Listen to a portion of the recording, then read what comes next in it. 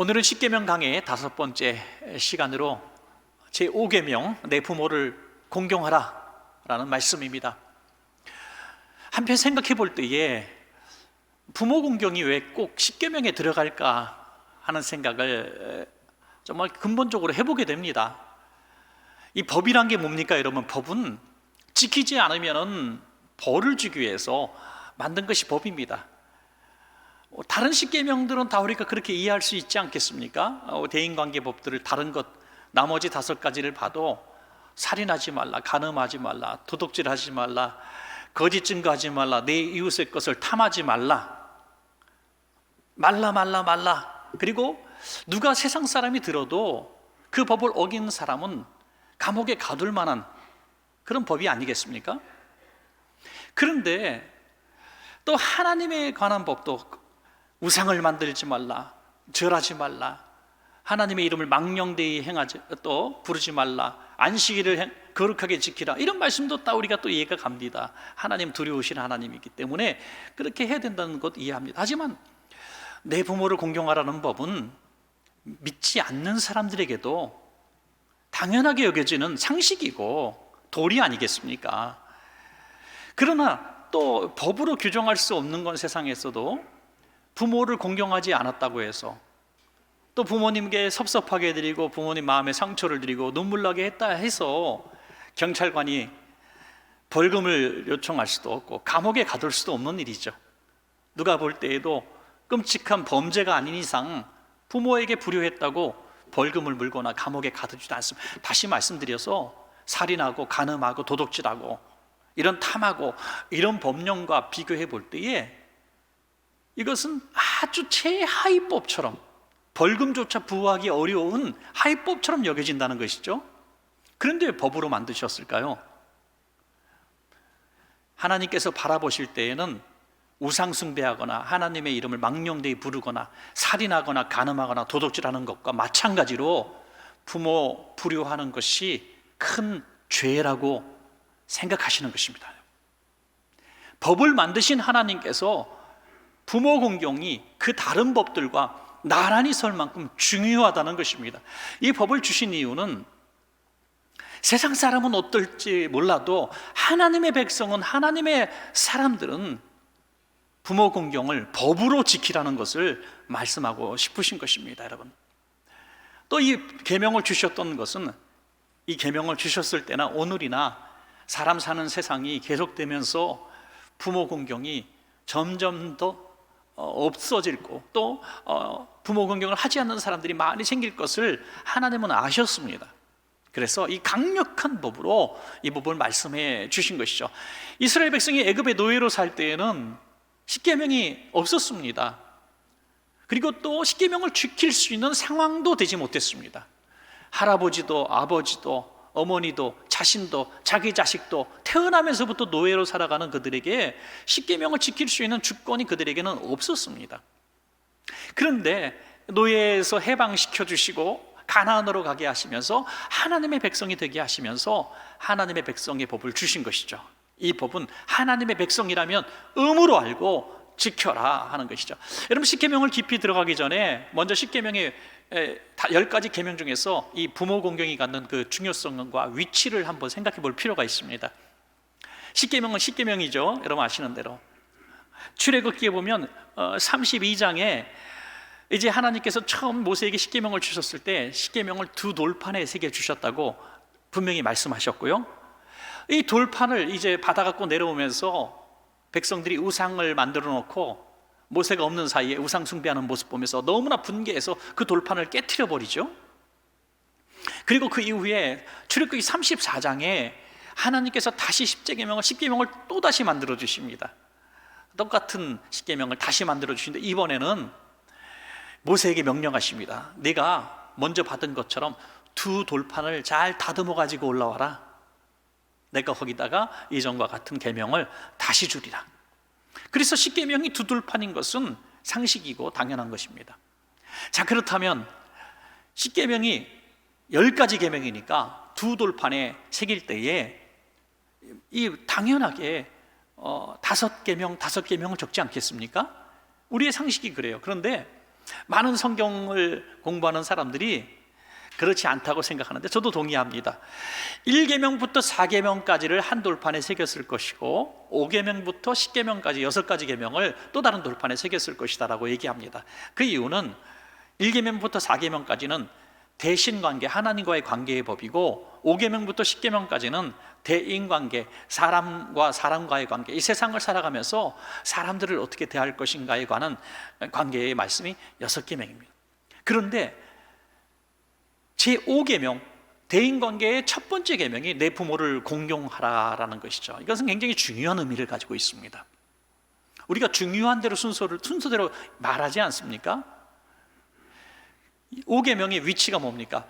대신관계와 대인관계의 가운데 낀 연결고리라는 거죠. 하나님을 사랑하는 사람은 부모를 공경하고 부모를 공경하는 사람은 이웃을 사랑하는 사람이라는 거죠. 그 중심이 빠져버리면 모든 이웃 사랑과 하나님 사랑이 기초가, 중심이 무너져 버린다는 것입니다. 그래서 이렇게 중요한 위치에 부모 공경을 넣으셨다는 것이죠. 생각해 보십시오, 여러분. 어릴 때부터 부모 공경에 대해서 잘 배우고요, 또 부모님들이 그 할아버지 할머니를 잘 공경하는 모습을 보고 배운 자녀들은요, 초등학교 유치원 갔을 때부터 다릅니다. 선생님한테 아주 깍듯하고요, 어른들을 존경하고 공경할 줄 압니다. 그런 아이들은 어릴 때부터 사랑을 받습니다. 아유, 조그만 얘가 어떻게 또 존댓말도 배웠네 하면서 이뻐하죠. 그런데 어릴 때부터 부모에게 전혀 효도에 대해서 배우지 못하고 부모가 할아버지 할머니한테 너무 불효하는 모습만 보고 자란 아이들은요, 사회에 적응하지 못합니다. 이기주의자가 되고요, 어른을 보고 반말을 쓰고 함부로 얘기하고 그렇습니다. 그거 잘하면서 변하지 않아요. 직장에 들어갔어도 그렇고요, 어디 가서도 자기만 알고 어른을 몰라보는 거예요. 많은 분들이 이 기회를 놓치신 분도 있겠지만 사실 어릴 때에 그래서 그러니까 자신들에게 아이들이 존댓말을 쓰는 법을 가르쳐 주는 것은 아이들을 위해서도 굉장히 중요한 교육이라고 생각합니다. 지금 대학교 다니고 이제 장가 시집 갔는데 너 오늘부터 나한테 존댓말 써라, 그래도 참 이건 어려운 거고요.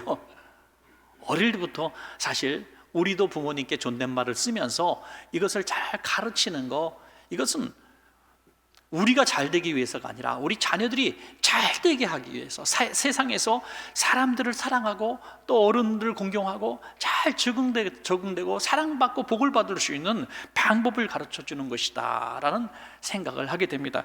하나님의 이 법을 만드셨을 때, 법으로 강력하게 만드셨을 때에는 우리에게 벌을 주시기 위함이 아니라 이 법을 지키는 자가 복을 받기 때문에 주신 줄로 믿습니다. 여러분, 출애굽기 20장 12절 그런 마음으로 한번 다시 같이 한번 읽어볼까요? 시작. 내 부모를 공경하라. 그리하면 내 하나님 여호와가 내게 준 땅에서 내 생명이 길리라. 아멘. 여러분, 얼마나 귀한 법입니까? 사실 믿지 않는 사람도, 이 믿음의 사람들이 부모 공경을 10계명 가운데 하나로 가지고 있다는 사실만 해도 우리는 참 존경받을 종교를 가지고 있다, 이렇게 저는 말할 수 있습니다.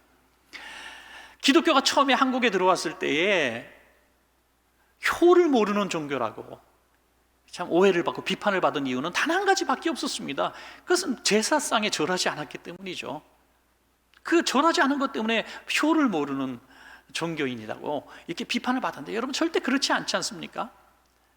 기독교인들이 부모 공경을 제사상에 절하는 사람들보다 갑절이나 더 효도를 한다면 얼마든지 절하지 않은 것도 우리는 감당해낼 수 있었을 겁니다. 공자가 유교를 만들었다고 하죠. 그러나 공자가 몇 년대 사람입니까?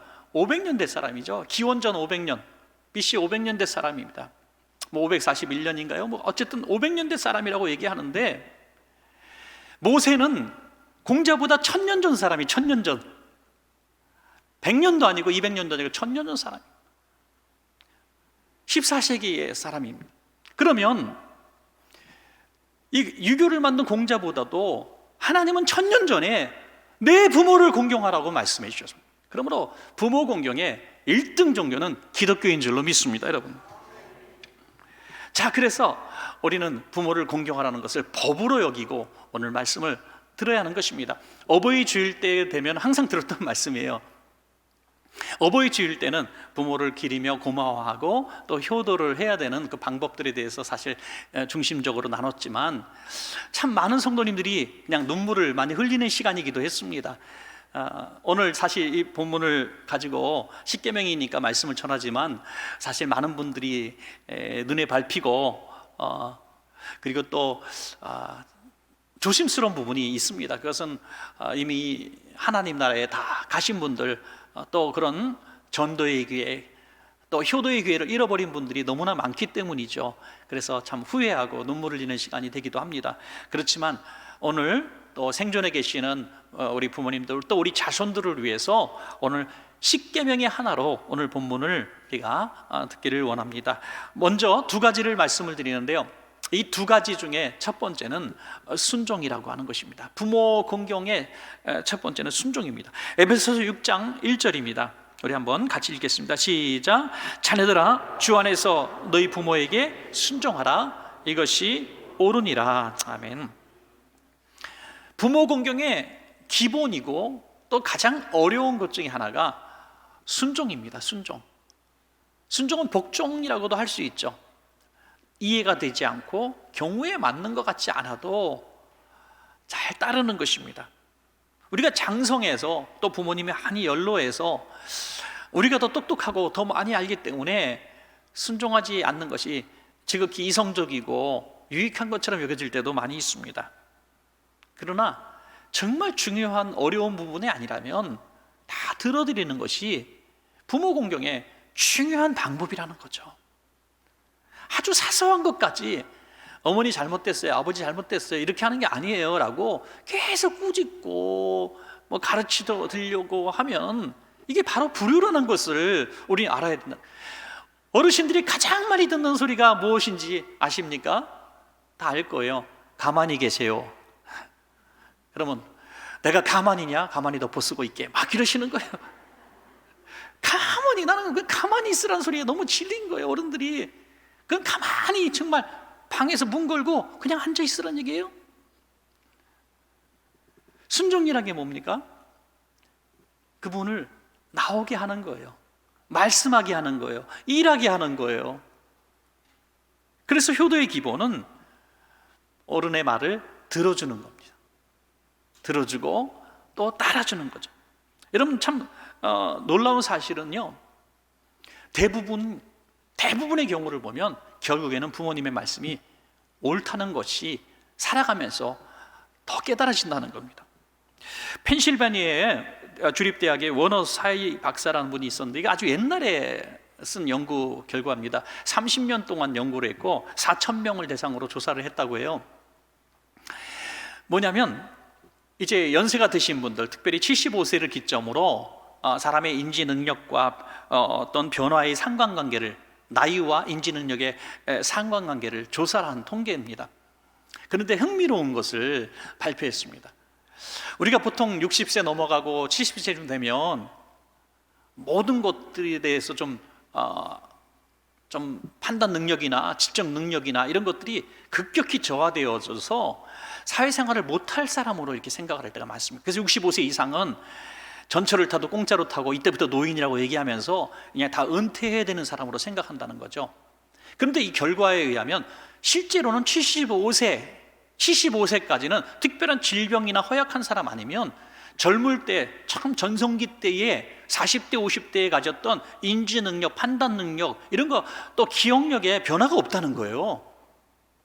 여러분 다시 어르신들 봐야 됩니다. 이게 통계에 의한 겁니다. 그래서 사실은 더 놀라운 것은요, 75세 기점으로 평균적으로 그 이상 넘어갈 때에 이제 기억력, 공간 파악하는 능력, 또 운전 같은 거 말이죠. 그 다음에 기억력 이런 것들이 급격히 떨어지기 시작한다고 하는 거죠. 그래서 이런 일선에서는 정말 많이 물러나는 이 나이가 75세 정도로. 그런데 75세 이상 되어서 점점 더 성장하는 게 하나 있답니다. 이거는 정말 놀라운 발견한 건데, 지혜라는 거죠. 지혜. 75세 이상이 되었을 때 오히려 75세 이전에보다도 더 성장하는 것이 지혜라는 거예요. 그래서 노인들에게 지혜를 배우라고 말씀합니다. 지혜, 세상 사는 지혜, 인간이 살아가는 덕들, 이런 것들을 말씀하시는데, 젊은 사람은 도저히 알 수 없는 지혜를. 그래서 사실은 선생님들, 대학 교수님들, 중고등학교 선생님, 이런 분들은 사실 75세 이상 뽑는 것이 좋은 것 같아요. 더 깊은 지혜를 배울 수가 있습니다. 여러분, 그래서 부모에게 순종하는 것은 계명이기 때문에 지키는 것이기도 하지만, 자녀들에게 그 지혜를 얻을 수 있는, 들을 수 있는 놀라운 축복의 기회입니다. 그래서 하나님은 계명으로 순종하라고 말씀하고 있는 것입니다. 자, 그렇다면 모든 걸 순종해야 될까요? 라는 질문을 혹시 하실 분들이 있습니다. 모든 게 아닙니다. 보니까 오늘 본문에 뭐라 그랬어요? 자녀들아, 주 안에서 너희 부모에게 순종하라, 이렇게 말씀해요. 주님 안에서라는 거예요. 여러분, 그래서 이건 십계명이잖아요. 하나님의 백성의 법입니다. 그러면 십계명을 지키려고 한다면 우리가 먼저 하나님의 사람이, 하나님의 백성이 되어야 될 줄로 믿으시기 바랍니다. 우리가 먼저 신실한 하나님의 사람이 되어야 되는 거예요. 주님 안에 있는 사람이 되어야 된다는 것입니다. 법이기 때문에 억지로 지키는 게 아니라 우리가 신실한 그리스도인이 되면 주님 안에서 순종하게 되는데, 부모가 만약에 주님 안에 계시지 않는 분이라면 주님 안에 우리에게 있어서 가장 큰 순종이 뭐겠습니까? 가장 큰 부모에게 드리는 효도가 뭐겠습니까? 우리처럼 우리가 올바른 신앙인의 삶을 산다면 부모님도 주 안에서 효도받도록 하는 것이 가장 큰 부모 공경의 방법이라는 것입니다. 오늘 십계명의 십계명이 주는 그 두려움과 그리고 그 중압감, 이런 것들이 있지 않습니까?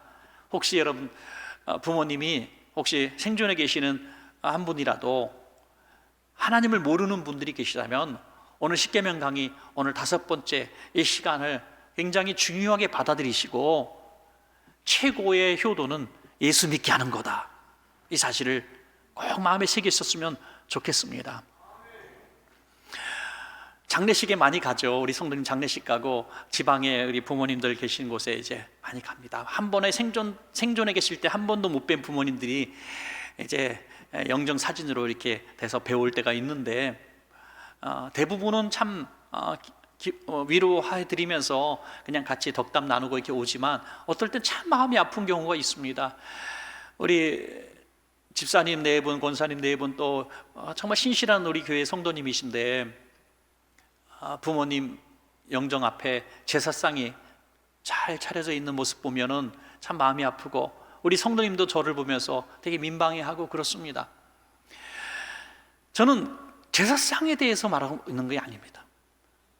그 어머니 아버님이 우리 성도님들이 꾸준히 명절 때마다 찾아뵙고 기도하고 효도하면서 예수님을 영접한 경우도, 제사상 살아있는 경우들이 있어요. 형제자매가 막 강력하게 우겨가지고 가정분란 나지 않으려고 제사상 차린 경우도 있습니다. 여러분, 저는 그런 경우에 돌아가신 분 놓고 싸우지 마라. 싸우지 마라. 정말 중요한 것은 부모님이 예수 믿고 돌아가셨느냐가 중요한 거죠. 그분이 예수님 믿고 돌아가셨으면 제사상 차려 있어도 구원받은 겁니다. 그런데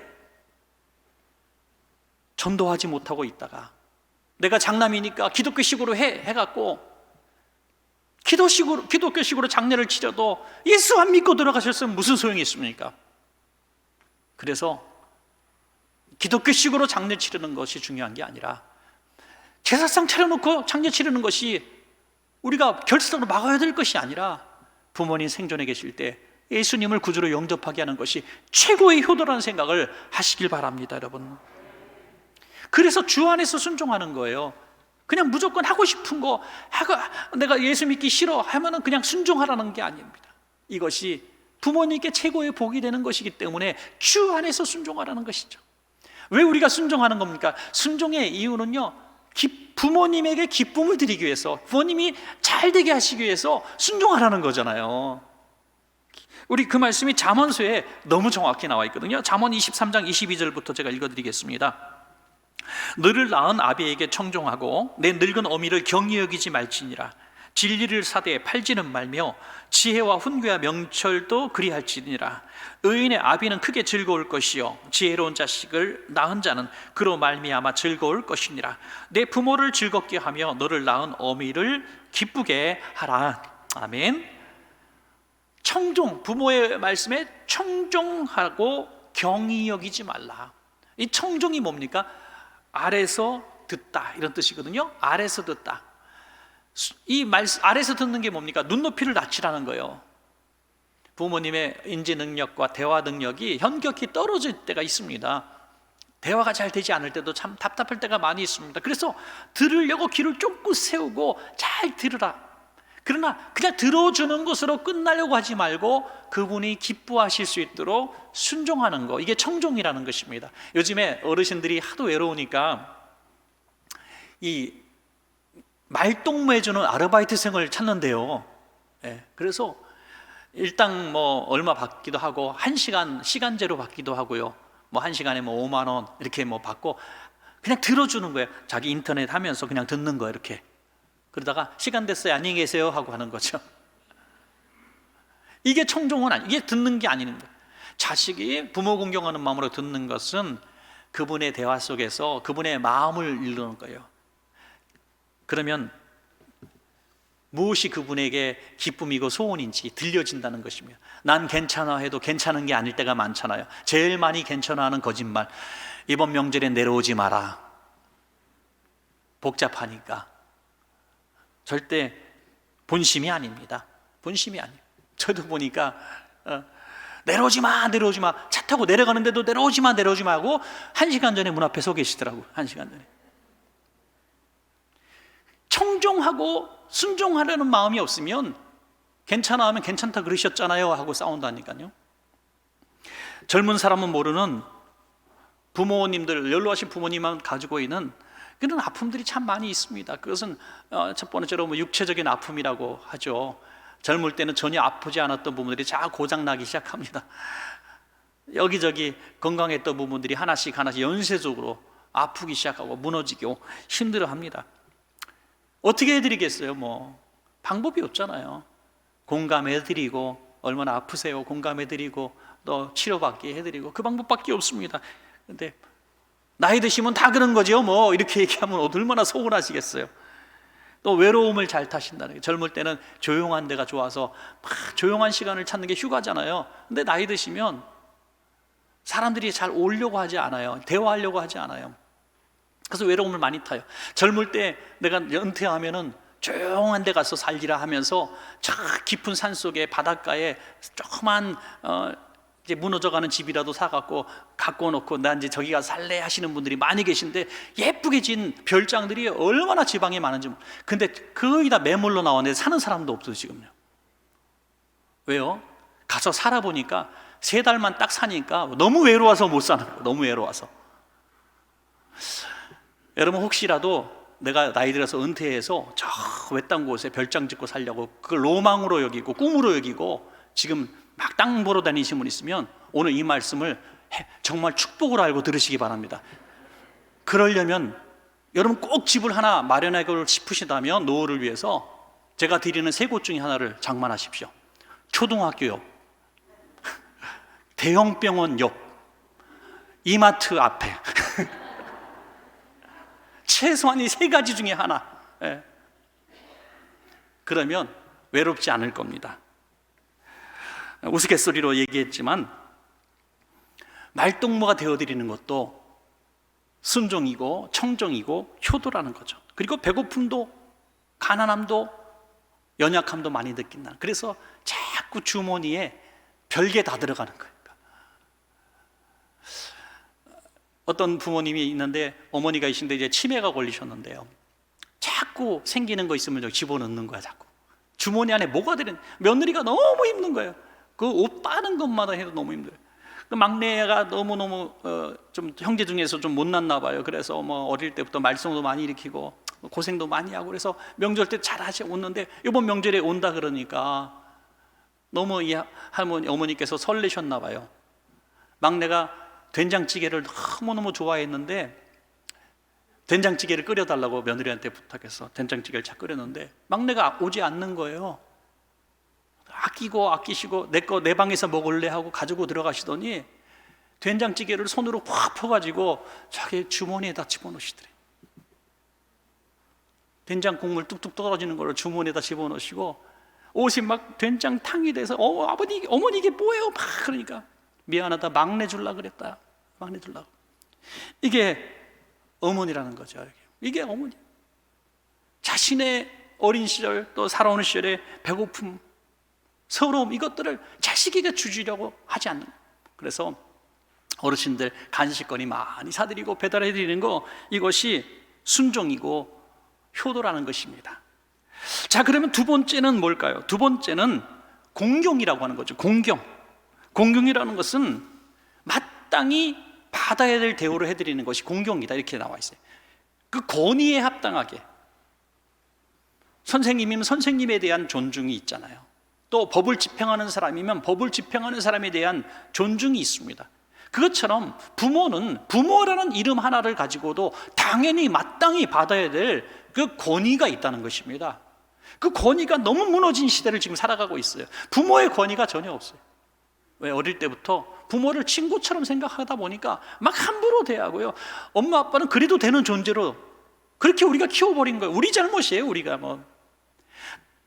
애하고 누군가 초등학교 때부터 유치원 때부터 싸우고 왔으면 그 싸운 아이를 막 무조건 잡는 게 아니라 그 아이를, 내 아이가 먼저 때렸으면 내 아이를 체벌해야죠. 그래서 잘 사회 속에 적응하는 아이로 키워야 되는데 그냥 잘해주는 거, 자꾸 애가 해달라는 거 다 해주는 것이 자식 사랑인 줄 알고 그렇게 키워버렸더니 부모의 권위, 마땅히 받아야 될 부모의 존중을 지금 부모들이 받지 못하고 있는 것입니다. 여러분, 잠언에서도 경히 여기지 말라, 가볍게 여기지 말라는 거예요. 부모님은 가볍게 여김을, 친구보다 못한 존재로, 비즈니스 상대보다도 저 나중에 만나야 될 사람으로 여기지 말라. 그런 하찮은 존재가 아니라는 것입니다. 내게 생명을 주신 분이에요. 그러므로 무겁게 여기라는 거예요. 무겁게 여기라. 만약에 빚을 졌으면 은행빚보다 부모님께 받은 빚을 먼저 갚아야죠. 친구에게 빚을 졌으면 사실은 은행빚보다 친구에게 먼저 빚을 갚아야 되는 거예요. 여러분, 우리 교회도 처음 건축하고 너무 어려운 위기를 만났을 때가 있었습니다. 한 달 만에 17억을 만들어야 될 순간이 있었는데 제가 수협에 오신 성도님께 호소를 했었어요. 헌금하지 않으셔도 빌려만 주십시오. 최선을 다해서 은행빚보다 먼저 갚겠습니다. 약속을 했는데 그때 교인들이 빚내주신 것이 총 헌금은 20억이 넘었지만 7억을 빚을 내주셨어요. 빌려주셨어요. 7억 몇 천만 원을. 그리고 약속대로 우리 장로님들과 함께 재정부에서 정말 최선 다해서 위기를 벗어난 다음에 은행빚보다 먼저 성도님들의 빚을 다 청산했습니다. 7억 얼마를 제일 먼저 갚아드렸어요. 이자 안 나온다고 성도님 좀 참으세요, 은행빚 이자 나오니까 그거 먼저 갚겠습니다라고 얘기하는 것은 성도님을 무시하는 거죠. 가볍게 여기는 것이죠. 은행보다 두려운 분이 성도님 아닙니까, 여러분? 여러분, 마찬가지로 세상 은행빚 다 갚고 친구빚 다 갚고 이웃빚 다 갚고 부모님 빚 갚으려면 부모님 돌아가시고 안 계시는 거죠. 오래전에 연합뉴스에서 나온 기사인데 어떤 불효하는 아들이 아버지를 막 도구를 이용해서 구타를 했는데 이 도구가 무엇이었느냐, 이게 가십거리가 됐어요. 뭘로 아버지를 때렸냐면 아버님이 이렇게 등 긁으실 때 쓰는 효자손이라고 금지막히 써있는 효자손을 가지고 아버지를 때렸대. 그래서 효자손으로 맞은 아버지 이야기. 참 기가 막힌 일 아닙니까? 부모님을 효도하라고 사들인 효자손으로 부모를 때리다니 말이죠. 지금도 통계상 어르신들이 구타를 당할 때 구타의 정말 절대적인 수가 자식이라는 거예요. 자식이 부모를 물리적으로 구타를 하는 것입니다. 밖에서는 어른들 잘 공경한다고 하면서 집에서는 아버지를 가볍게 여기고 말이에요. 제일 하찮게 여기고, 자기 자식들 듣는 데서 부모를 향해서 함부로 욕설을 하고 큰 소리 치고 무시를 하고, 그런다면은 자식이 뭘 보고 배우겠습니까? 심지어 하나님을 믿는다고 하는 사람이 친척들로부터 너 하나님 믿는 사람이 그렇게 효도하지 않느냐라는 책망을 들어서는 어떻게 하겠느냐는 거죠. 예수님 당시에도 그런 위선적인 그리스도인들이, 그런 종교인들이 있었다는 거예요. 바리새인과 서기관 같은 사람들이 너무나 하나님 앞에 경건한 인생을 살았어요. 자기의 삶 전체가 종교인다운 삶을 살기로 애쓴 사람들이 경건하게 금식하고 또 기도하고 그렇게 살았습니다. 그런데 그들의 삶을 보니까 부모를 아주 정말 홀대하는, 효도하지 않는 바리새인들을 보게 된 거죠. 야, 너는 한평생 그렇게 하나님 앞에 예배하며 섬긴다고 하면서 너 부모를 보니까 뭐 거지처럼 살고 있더라. 너 도대체 이게 뭐 신앙이냐 뭐야? 이렇게 책망했다는 거예요. 그랬더니 그들이 뭐라고 얘기해? 내가 하나님 앞에 너무 열심히 살다 보니까, 내가 물질이 생길 때마다 하나님 앞에 다 헌금 드리다 보니까 부모 공경할 게 없었습니다. 하나님은 이해하실 겁니다. 이렇게 얘기했다는 거죠. 그런데 거짓말한 것입니다. 하나님을 공경하는 것이 위선이었던 것처럼, 외식하는 것이었던 것처럼 부모 공경도 위선이고 외식이었다는 거죠. 마가복음 7장 11절에서 이렇게 말씀하고 있습니다. 너희는 이르되 사람이 아버지에게나 어머니에게나 말하기를 내가 드려 유익하게 할 것이 고르반 곧 하나님께 드림이 되었다고 하기만 하면 그만이라 하고, 자기 아버지나 어머니에게 다시 아무것도 하여 드리기를 허락하지 아니하여 너희가 전한 전통으로 하나님의 말씀을 폐하며 또 이 같은 일을 많이 행하느니라 하는 거죠. 신학적으로는 어떤 말인지 모르겠지만 제가 언젠가도 한번 드린 말씀이 있었습니다. 여러분, 신실한 우리 성도님들 참 많습니다. 힘이 지나도록 헌금하시고 손끝으로 봉사하시고 또 이웃에게 선행을 많이 하시는 좋으신 성도님들이 참 많습니다. 너무나 자랑스럽고 고맙습니다. 그런데 거기에 비해서 부모님께 드리는 용돈이라든지 효도하는 부분이 지나치게 작은 부분이 있다면 우리는 이렇게 얘기해서는 내가 하나님 앞에 충성하고 내가 사회에서 선한 일을 하느라고 부모님 조금 내가 소홀했습니다, 이해해 주세요, 이렇게 말해서는 안 된다는 것입니다. 그래서 한번 제안 드린 적도 있지 않습니까?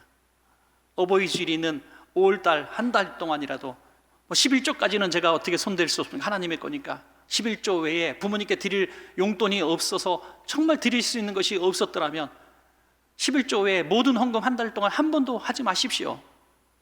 주일헌금도 구용예배 헌금도 뭐 어떤 헌금도 하지 마십시오. 그걸 잘 모아서 어버이날 어버이께 드리십시오. 여러분, 그것이 또 하나님이 기뻐하실 일이라고 저는 믿습니다. 저는 하나님 앞에 내가 드린 시간, 하나님 앞에 드린 물질, 이런 것 때문에 부모를 거역하고 효도하지 못했다면 그것은 바리새인의 삶이라는 거예요. 이것은 십계명으로 분명히 말씀하고 있습니다. 저는 왜 이것을 계명으로 굳이 만들었을까 강하게 느끼는 부분이 하나 있습니다. 여러분, 공감하실지 모르겠지만 부모님 하면 여러분들 어떤 마음이 듭니까? 부모님 두 가지일 거예요.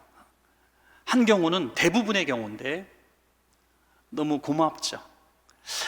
학생 청년도요, 어떤 시상식이나 어떤 좋은 일이 있거나 슬픈 일이 있을 때 엄마 아빠한테 한 말씀 하세요 하면은요, 애들도 다 울어요. 엄마 아빠, 지금 제가 여러분 울리는데 딱 1초면 돼. 엄마 아빠한테 한 말씀 하세요. 그러면요, 벌써 눈물이 흐르기 시작할 겁니다. 왜 그럴까요? 너무 고마운 분이니까. 그냥 날 위해서 만신창이 되도록 희생하신 분이니까. 내가 철부지 같을 때 내가 그렇게 함부로 대했는데도 다 받아주셨던 고마운 분들이 지금 생각하니까, 돌아가신 다음에 생각하니까 너무 내가 못된 거야. 너무너무 후회스러운 거예요. 그래서 많은 분들이 어버이 주일날 눈이 시뻘게 갖고 돌아가시는 거죠. 생존에 계시는 부모님 계신 분들은 이상하게 은혜가 안 되는데 돌아가시면 그렇게 은혜가 되나 봐요. 이게 참 이상한 거예요. 부모님이라는 존재는 참 희한한 것 같아요. 살아계실 때는 영원히 사실 것 같거든요.